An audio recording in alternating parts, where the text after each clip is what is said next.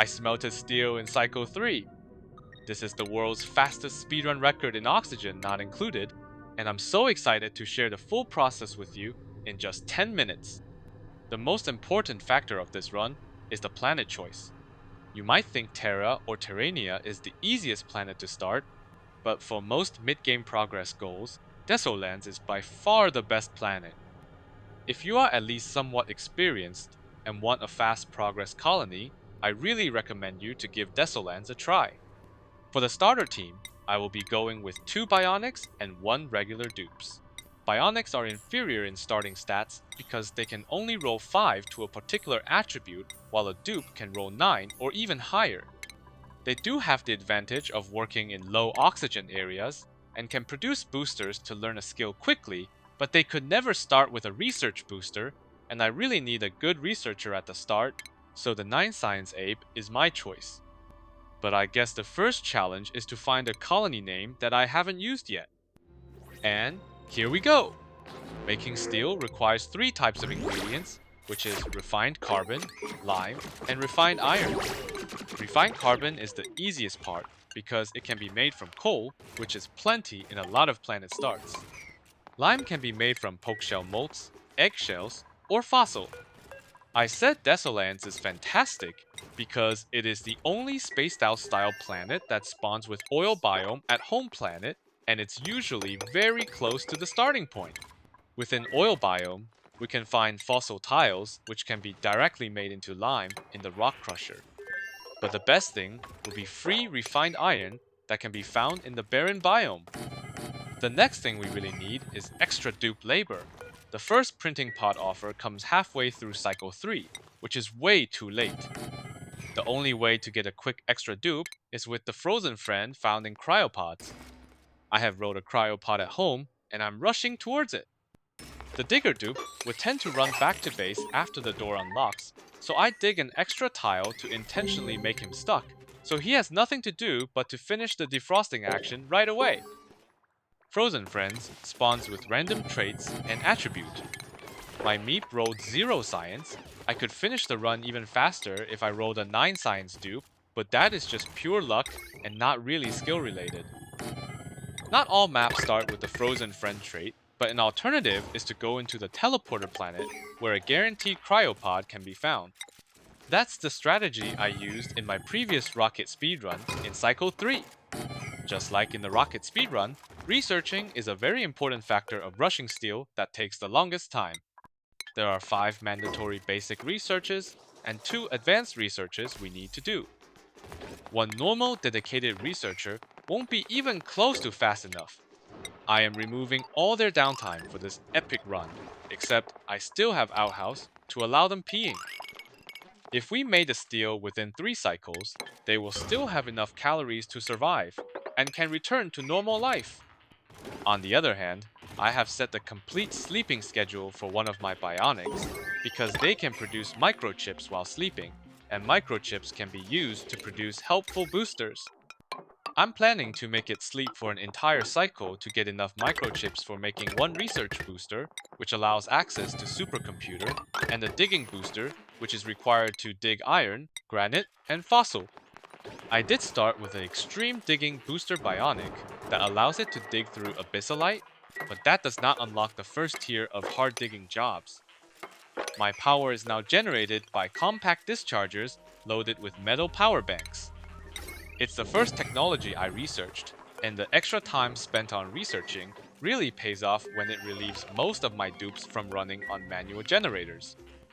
The power banks normally have to be crafted from metal ore, but each bionic spawned with 3 free power banks and I just stole these from them. Their internal battery can also hold for more than 3 cycles, just like normal dupes. Sorry for now, but things will be fine.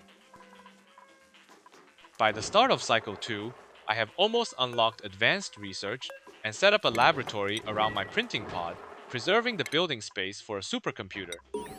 I usually prioritize building the science stations near the resources, and don't always go for the light and laboratory speed boost, because their effect are not significant compared to the 360% boost from a 9 science dupe. But since my dirt patch and water pool is located close enough to the pod, It's still nice to just build it like this. I also have to unlock the liquid pump and liquid pipes. It seems a bit unrelated to steel smelting, but I still need something to feed the liquid into the metal refinery as a coolant. Time to place the supercomputers. I could have included the second supercomputer into the laboratory as well, but that would push the pitcher pump further right, and I'm not sure if that's faster overall. I will also need to preserve the building space for a metal refinery, a rock crusher, and a kiln. Abe the researcher spawned with the grease monkey trait, which boosts a bit of machinery. In the final stages, I could be a few seconds faster if Abe was sent to do the rock crushing or metal refining. Although things can be a bit chaotic in the end, as most dupes will have finished their jobs and would start stealing from others. All side researches are unlocked. I am just 3 techs away from the refinery. The refinery liquid input port is on the leftmost column and 1 tile high from floor. The output port is on the floor 2 columns to the right, so I'm placing the pipes in advance when I still have the time to micro. I still haven't acquired iron and fossil yet, because I am pending on the digging booster to dig those tiles, which is pending on a research booster completed just now. The researching takes much longer time to finish, while digging is just a one-time hit-and-run mission to grab a piece of material, so the digging part can wait. Rock crusher research is done, only 2 researches to go. It is 4 tiles high, just like the metal refinery, so I am also preserving the space for these 2 buildings now. Kiln is also unlocked in the process, but it has a really small footprint and does not require duplicate operation, so it can be really placed anywhere convenient. My sleeping bionic Eduardo has produced enough microchips to make both boosters, so time to wake up and join the working team. It will serve as the 3rd researcher after the 9 Science Abe and the frozen friend Meep. Yup, we need 3 researchers working full-time to make it in Cycle 3. Now it is the time to resume digging. One of the advantages of Bionic is they are really versatile. They can excel in any jobs if you have the corresponding booster to swap. Chip was first a hybrid digger and builder. Now I swap the construction booster with digging booster, and they will gain the ability to dig through anything with plus 10 digging attribute.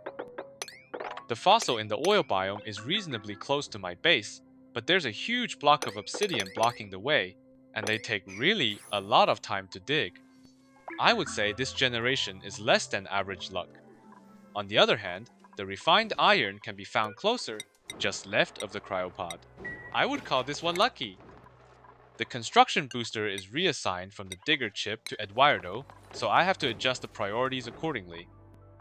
It is Cycle 3 already, but I only need to collect iron and fossil, crush fossil into lime, and finish 2 more researches before I can start smelting steel. Just 1 more research now. Meep is still stuck on the basic science station from the last research. I gotta move him, so he will reassign himself to the higher priority supercomputer. My setup for the metal refinery is really temporary, but before we have a proper industry setup, initially we will sure need some temporary workaround. If this is an actual colony, you'll likely want 1200 kilograms of steel to make a steel aquatuner inside a steam room. The natural iron and fossil amount is definitely enough for this purpose, but what might concern you is the heat and the hot coolant coming out from the refinery. If you have a water or polluted water pool with sufficient mass, let's say at least 10 full tiles, dumping the output hot coolant back into the pool temporarily would be fine. But a better idea is to use a liquid reservoir to hold the output coolant. Refining steel 12 times generates 4,800 kilograms of hot output coolant, which happens to fit inside a single reservoir since its capacity is 5,000 kilograms. This saves some power from not double pumping and also prevents mixing hot water with cool water. But if you want to know an even more convenient way, I have another video about metal refinery tricks. The end is near. I gotta disallow dupes from eating temporarily so they don't interrupt the job due to starvation. Lime production is on the way, and metal refinery research is also finished. The printing pod offer also just showed up. I guess Travaldo with 9 construction could save me a few seconds building the refinery. Dupes can start stealing jobs when their own task is finished, so I want to ban non-builders from building completely with priority settings. I wish I could do the same for operation jobs too, so the best operator get to operate the refinery, but then those dupes will also be banned from running the manual generator. The refinery takes a minimum of 40 seconds to collect enough coolant to start functioning, so my late line production actually didn't result in any time loss. Wire is overloading, but why would we care? And here, I've made the steel with more than 4 schedule blocks left in cycle 3. The real lifetime would be 9 minutes and 27 seconds. If you enjoy the video, maybe you would also be interested in my other oxygen not included speedruns. See you next video!